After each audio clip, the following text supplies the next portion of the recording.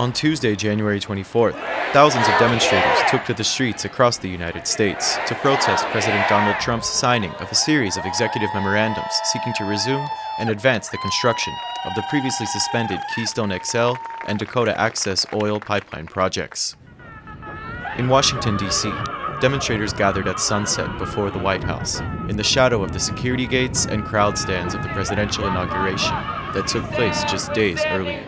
City by city, block by block, we stand with Standing Rock. City by city, block by block, we stand. I'm David Doherty with the Real News Network. We're here in Washington, D.C. in front of the White House, where hundreds of demonstrators have gathered to protest the executive pipeline orders signed by President Donald Trump this morning. Let's hear from some of the voices on the ground. What happened today is an attack on our communities. It's an attack on our home. And so we're here. We're showing up at his home, at Trump's home, to say we're going to come. We're going to continue to show up at your space, in your spaces, and share our message and demand that you see us, that you hear us.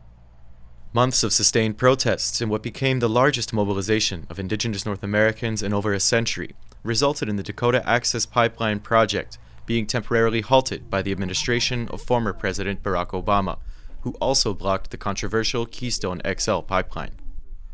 President Trump's memorandums are expected to reverse those decisions and give a green light to resume the construction of both projects. It represents many things. It represents a level of abuse, and it represents a renewal by indigenous people in this country to say we are standing up for ourselves, we want to protect what's ours, we want to protect the generations to come, and we want to protect our water and the resources that have made us who we are. I told President Obama that I would keep coming back for him, right?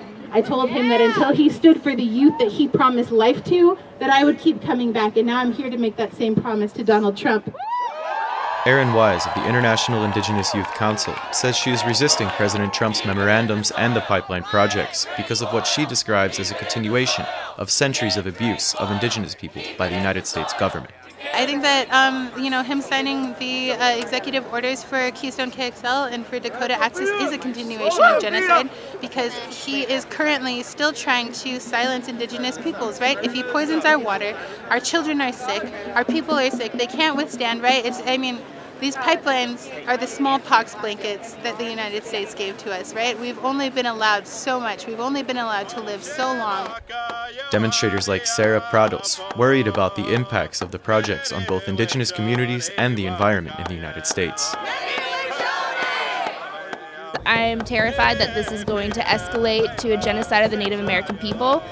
We've seen the devastation of multiple pipelines in the last few months, and it's mortifying. They're destroying our rivers and our ecosystems. They're killing our animals. We need to stand up and say something, or the government and Trump is going to just absolutely decimate our country.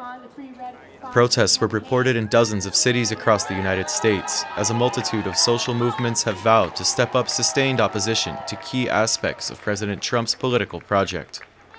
Reporting from Washington, D.C., I'm David Doherty with the Real News Network.